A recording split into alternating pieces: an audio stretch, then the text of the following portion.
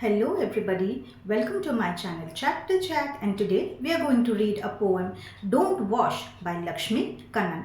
So before I start the video, those who are watching my video, please do subscribe my channel. So this particular poem Don't Wash, so as the name suggests, ये name में बहुत ही curiosity है कि poet ने ऐसा नाम क्यों रखा डोंट वॉश। वॉश किसे कहते हैं? जब हम किसी चीज़ की सफाई करते हैं, सो दैट इज़ नोन, जब हम साफ सफाई करते हैं उसको बोला जाता है वॉश। तो अब इस पोएम में पोएट ऐसा क्या चीज़ को बोल रहे हैं, क्या चीज़ वो नहीं धोने के लिए बोल रहे हैं, ऐसी क्या चीज़ है जो वो कह रहे हैं कि उसे वॉश मत करो। So let's see now. So Lakshmi Kannan, she is an Indian poet who was born on 13th August 1947 and her pen name is Kaveri. और उनके जो पोएम्स है, her famous works are Glass Bead Curtain and Glow and the Grey. So इस particular poem में जो ये poem है don't wash, इसमें एक छोटी सी पोएम के पीछे एक छोटी सी स्टोरी है। और वो स्टोरी क्या है? इस पोएम में लक्ष्मी कन्नन ने एक लेडी के बारे में, एक बहुत ही ब्रेव लेडी के बारे में उन्होंने डिस्कस किया है, जिनका नाम है रशा सुंदरी। जो ये रशा सुंदरी हैं वो एक लेडी हैं, उनको पढ़ने लिखने का बहुत ही ज़्यादा शौक़ था और उन्हें बहुत इंटरेस्ट था एजुकेटेड होने में, पढ़ने लिखने में, अपने लिए वो कुछ करना चाहती थी।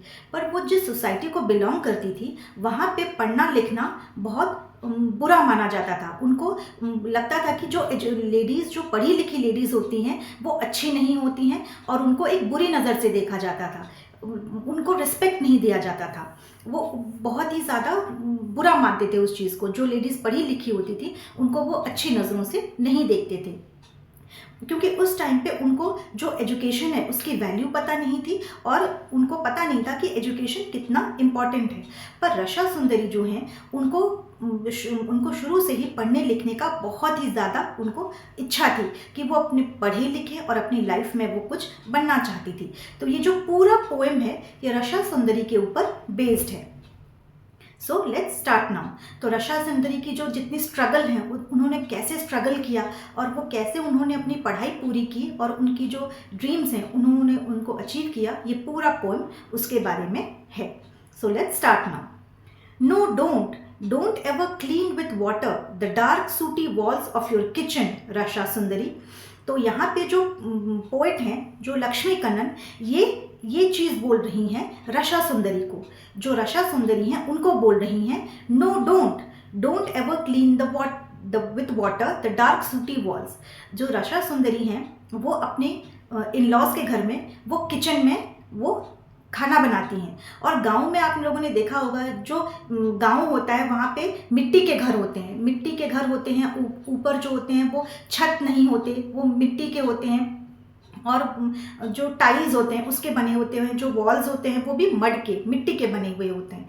तो रशा सुंदरी क्या करती थी, अपने इन लॉज के घर में जो वो मिट्टी की दीवार होती है वहाँ पे वो सूटी वॉल्स, यहाँ पे किसको कहा गया है? सूट का मतलब क्या होता है? जो स्मोक, जो धुएं से, जो किचन में जब वो खाना बनाती थी वो धुआं निकलता था और वो धुएं से वो वॉल सारा सूट लग जाता था, उसमें जो ब्लैक कलर के फाइन डस्ट पार्टिकल्स होते हैं वो उस वॉल में लग जाता था। तो जब वो ब्लैक हो जाता था वो वॉल, डस्ट लग के वो जो फायर बर्न होता था और उसमें जो डस्ट लग के वो वॉल पूरा ब्लैक हो जाता था, तो इसीलिए उसे बोला गया है सूटी वॉल्स। तो रशा सुंदरी वो क्या करती थी, अपने किचन में सबसे छुप के, वो किचन में जब वो खाना बनाती थी वो उस वॉल्स पे वो लिखा करती थी। जितने सारे अल्फ़ाबेट्स हैं वो किचन के वॉल्स में वो वहाँ पे लिखती थी और प्रैक्टिस करती थी। तो लक्ष्मी कन्नन वही कह रही हैं, don't clean the walls of your kitchen. तुमने किचन में जो तुमने अपनी जो मेहनत की है उसे तुम वॉश मत करो, डोंट वॉश इट, उसे तुम मत मिटाओ।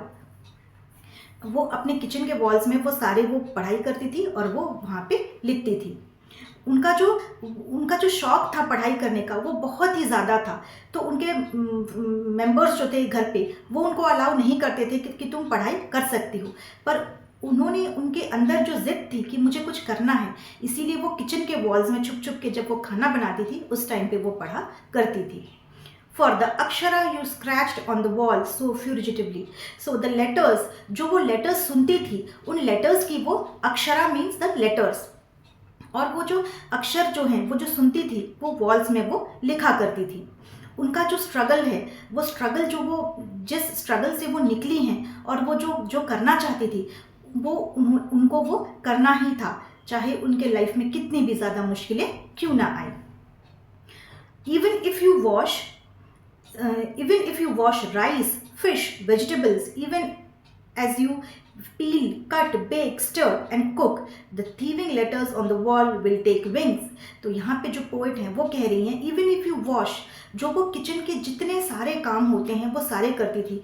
वो राइस बनाती थी, फिश बनाती थी, वेजिटेबल्स को पील करती थी, उनको धोती थी, वॉश करती थी, कुक करती थी। ये सारे काम करने के बाद जब वो घर के सारे काम कर लेती थी, उनके बाद भी उनमें इतनी इच्छा थी कि मुझे कुछ करना है, मुझे कुछ बनना है, and that is why she was reading and writing on the walls. जैसे कुछ लेडीज़ होते हैं, वो बोलते हैं इतना सारा काम करने के बाद तो मैं थक गई हूँ, मैं कुछ भी नहीं करना चाहती अभी, और वो गिव अप कर देती हैं। बट उनमें इतना जुनून था, रशा सुंदरी के अंदर इतना जुनून था उनमें कि नहीं, सारे काम करने के बाद भी मुझे जो चाहिए, उनके उन अंदर इतना पैशन था पढ़ने का कि she use to read and write on the walls of her kitchen. और एक रीज़न था कि बाहर कहीं पे वो पढ़ाई करेंगी तो दूसरे लोगों को पता चल जाएगा और वो उन्हें पढ़ने नहीं देंगे, इसीलिए वो किचन में छुप के सबसे पढ़ाई करती थी।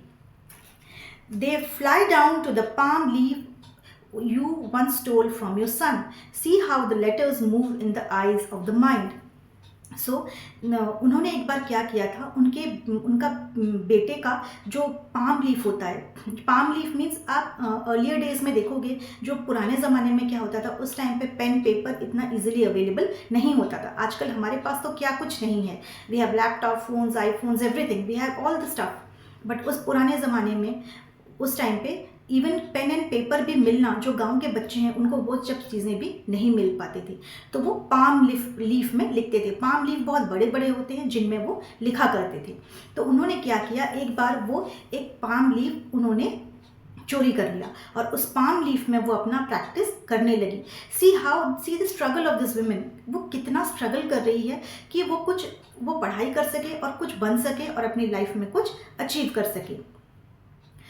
She used to read secretly and her family members did not know this. She also tore a page from a book, Chaitanya Bhargava, when no one was looking. So she used to read secretly, मतलब वो घर के लोगों को बिना बताए छुप के वो पढ़ा करती थी। जैसे सारे मेंबर्स, घर के मेंबर्स हैं, उनको पता ना चले कि ये क्या कर रही है, और वो छुप के सारे लोगों से छुप के वो पढ़ाई करती थी। उनको जब भी फुर्सत मिलता था, चाहे वो किचन में हो, अपने बेडरूम में सबसे छुप के वो पढ़ती थी। She also tore a page from a book Chaitanya Bhargava when no one was looking. उनके घर में भी एक बुक था, चैतन्य भार्गवा बुक। जब कोई नहीं था घर में तो उन्होंने उस बुक का एक पेज फाड़ लिया और अपने पास छुपा के रख लिया, ताकि जब कोई ना देखे, when she will be alone she can read that page. इतनी डेडिकेशन थी उनमें पढ़ने की और कुछ बनने की।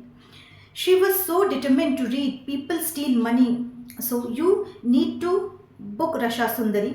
तो उनमें इतनी ज़्यादा डिटर्मिनेशन थी पढ़ने की, वो इतना कुछ अपने लिए कुछ करना चाहती थी कि जैसे लोग चोरी करते हैं तो क्या चोरी करते हैं, कोई मनी या फिर एक्सपेंसिव ज्वेलरी या जो एक्सपेंसिव चीज़ें होती हैं वो चोरी करते हैं। बट रशा सुंदरी, उन्होंने क्या चोरी किया था, बुक से एक पेज उन्होंने चोरी किया था कि उनको इतना ज़्यादा पैशन था उनको पढ़ने का, that she tore that page and, और उन्होंने उसको छुपा लिया कि जब वो फ्री टाइम मिलेगा वो पढ़ेंगी उसमें। You need no book Rasha Sundari, no paper और pen either. You have a black smudgy kitchen wall for your magical scribbles, lines, eclipses, curves. तो यहाँ पे जो पोइट हैं, she is telling that Rasha Sundari, तुम्हें किसी चीज़ की ज़रूरत नहीं है, ना पेन, ना पेपर, ना कोई बुक, ना कॉपी, कुछ भी नहीं। तुम इतनी पावरफुल हो, तुम्हारा पैशन इतना ज़्यादा है कि तुम बिना पेन पेपर के भी तुम पढ़ सकती हो। And that is true. जो इंसान पढ़ना चाहता है वो ये नहीं ढूंढेगा कि मुझे पेन मिलेगा तभी मैं पढ़ूंगा, मैं कॉपी मिलेगा तभी मैं पढ़ूंगा। वो किसी ना किसी तरह वो अपना, वो जो बोलते हैं जुगाड़ लगाना, और किसी भी तरह वो उस चीज़ तक वो पहुंच ही जाता है। और इनका पैशन इतना हाई लेवल का था कि इनको कोई भी नहीं रोक सकता। And that is why the poet, she is telling that you have a black smudgy kitchen. जो तुम्हारा किचन है वो तुम्हारा ब्लैक बोर्ड है, और तुम उसी किचन से पढ़ के वहीं पे तुम जो मैजिकल स्क्रिबल्स करोगी, जो मीन्स जो लेटर्स जो तुम लिखोगी, वो लेटर से बहुत सारी औरतों को उसी से रास्ता मिलेगा आगे बढ़ने का। जब तुम पढ़ोगी, तुम आगे बढ़ोगी, तो तुम्हें देखकर बहुत सारी जो विमेन हैं उनको रास्ता मिलेगा और वो तुम्हें देखकर तुम्हें आइडल मानेंगी और तुम्हें देखकर वो आगे बढ़ेंगी। All of them you secret codes for whole new world. ये जो होल न्यू वर्ल्ड है, ये किसको डेडिकेट होगा? ये सारी विमेन को डेडिकेट होगा जो घर में बस बंद के रह जाती हैं और उनकी जो जितने भी उनके पैशन है, उनका जो विश है, उनका जो एम्बिशन है, सारा वो बंद कर दिया जाता है just because they are ladies. वो बाहर नहीं जा सकती, वो नहीं पढ़ सकती। जो ये सोसाइटी के जो नॉर्म्स हैं, ये पोइट कह रहे हैं रशा सुंदरी, तुम इसको डिकोड करोगी, तुम ये सारी विमेन को तुम उस जन्नत में लेकर जाओगी जहाँ वो कुछ बनना चाहती हैं, जहाँ वो कुछ बन सकती हैं। सो this is the end of the poem. और जो मेन थीम है इस पोएम का, जो मेन ये है कि जो विमेन एम्पावरमेंट के ऊपर, जो विमेन को जो बेसिक चीज़ें हैं, जो उनका स्टडीज़ है, जो एजुकेशन सबके लिए एक राइट है, ये सबको देना चाहिए। Men are reading, okay fine, men तो रीड करते हैं, साथ में विमेन लोगों को भी ये राइट देना चाहिए कि वो पढ़ सके। और ये होल पोएम में उन्होंने इसी चीज़ का डिस्कशन किया है कि Rassundari, you are a idol for all the other women who want to read. तो तुम पढ़ो, तुम अपना काम करो और इसी छोटे से जो वॉल है, उसी वॉल से पढ़ लिख के तुम इतना आगे जाओगी कि तुम्हें देख के जो सारी विमेन हैं उनको भी मिलेगा, उनको ये जो नॉलेज मिलेगी और उनको भी लगेगा जब वो कर सकती है तो हम भी अपने लाइफ में कुछ कर सकते हैं। You can be inspiration to a lot of women there. So this is the end of the poem. I hope आपको पोएम पसंद आई हो and please do let me know कि आपको और कौन से टॉपिक में जो पोएम्स हैं या जो भी सीखना है, आपको किस टॉपिक के बारे में सीखना है, please let me no and please do subscribe my channel. Thank you.